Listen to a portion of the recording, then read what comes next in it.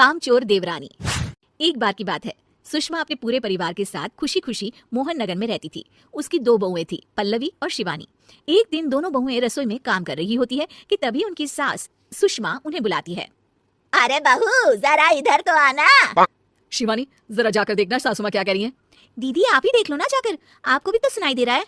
अरे मैं आटा गूंद रही हूँ ना, तुम चली जाओ। हाँ तो मैं भी तो सब्जी काट रही हूँ ना दीदी। अरे बहू जल्दी आओ। वो ये तो जाएगी नहीं, मैं ही जाकर देखती हूँ कि क्या करना है। पल्लवी सुषमा के कमरे में जाती है। जी मम्मी जी, क्या हुआ? शाम को घर पर कुछ मेहमान आने वाले हैं, तो तुम अच्छा सा खाना बना लेना बहू। ठीक है मम्मी जी, आप बता दीजिए क्या क्या बनाना है और कितने लोग आ रहे हैं। सुनील की मौसी जी और उनका पूरा परिवार आ रहा है। कुल मिलाकर 3 लोग और हमें मिलाकर हुए 9 लोग। तो अभी से ही तैयारी करना शुरू कर दो। और हाँ, घर की सफाई भी कर देना, हाँ अच्छे से। जी मम्मी जी, सब काम हो जाएगा, आप चिंता मत कीजिए। पल्लवी शिवानी को घर में मेहमान आने वाले हैं इसके बारे में बताती है। क्या 9 लोगों का खाना बनाना होगा, घर की सफाई करनी है? बाप रे, सासू माँ ने तो हमें घर की नौकरानी ही समझ कर रखा है। ऐसा नहीं बोलते शिवानी, हम इस घर की बहू हैं और घर के काम करना हमारा फर्ज है। दीदी तो है ही सासू माँ की चमची, जब देखो सासू माँ सासू माँ। मैं तो इतना सारा काम नहीं करने वाली। शिवानी कपड़े लेकर गमला साफ कर रही होती है और चक्कर आने का नाटक करने लगती है। मेरा सर चकरा रहा है। तभी वहाँ पल्लवी और सासू माँ जाते हैं। अरे बहू, क्या हो गया तुम्हें? मम्मी जी, बहुत तेज सर में दर्द हो रहा है। तुम एक काम करो शिवानी, आराम कर लो। नहीं नहीं दीदी, घर में मेहमान आने वाले हैं, मुझे आपकी मदद करनी चाहिए। अरे कोई बात नहीं शिवानी, तुम आराम कर लो, मैं सब काम कर लूंगी। ठीक है दीदी, अगर आप इतना कह रही हैं तो आराम कर लेती हूँ। शिवानी आराम से अपने कमरे में मैगजीन पढ़ रही होती है। इसे कहते हैं आराम की जिंदगी। इतना सारा काम।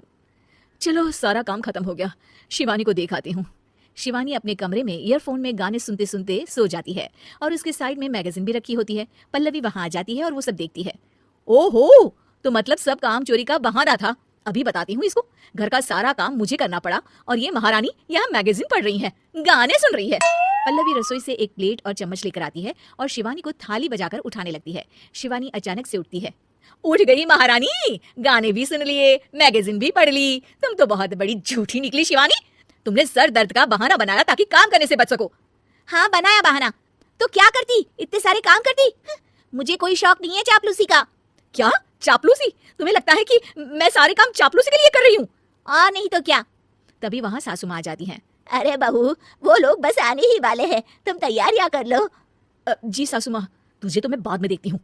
सब खाना खाने बैठते हैं और खाना शुरू करते हैं। तभी सुनील की मौसी बोलती है। वाह भाई वाह, खाना तो बहुत ही अच्छा बना है सुषमा जी, एक एक चीज में क्या स्वाद है। ये सुनकर शिवानी मुंह बना लेती है। उसे अपनी जेठानी की इतनी तारीफ राज नहीं आती। आपकी बहुएं तो बहुत ही अच्छा खाना बनाती है। हाँ बनाती तो दोनों ही अच्छा है, पर आज ना ये सारा खाना बड़ी बहू ने बनाया है। छोटी बहू की तबीयत ठीक नहीं थी, सो इसलिए। मानना पड़ेगा सुषमा जी, आपकी बड़ी बहू तो बहुत ही गुणवान है। पल्लवी की तारीफ सुनकर शिवानी को जलन होती है। पल्लवी ये सुनकर खुश हो जाती है और शिवानी की तरफ देखकर उसे चिढ़ाती है। कुछ देर बाद मेहमानों के जाने का वक्त हो जाता है। मौसी जी सबके लिए उपहार लाई होती है, वो सबको शगुन के पैसे देती है और अंत में पल्लवी के पास आती है। तुम्हारे लिए शगुन का लिफाफा तो है ही, पर बहू तुम्हें एक और उपहार भी मिलेगा इतना अच्छा खाना बनाने के लिए। मौसी अपने सोने के कंगन निकालकर पल्लवी को पहना देती है। ये लो, ये मेरे मनपसंद कंगन है, अब से ये तुम्हारे हुए। धन्यवाद मौसी जी। ये देखकर शिवानी तो पूरी तरह से जल जाती है और गुस्से से रसोई में चली जाती है। तभी वहां पल्लवी आ जाती है और उसे अपने कंगन दिखाने लगती है। देवरानी जी, अब आपका सर दर्द ठीक तो है ना? मुझे लगता है कि अब सर दर्द शुरू हो गया होगा आपका।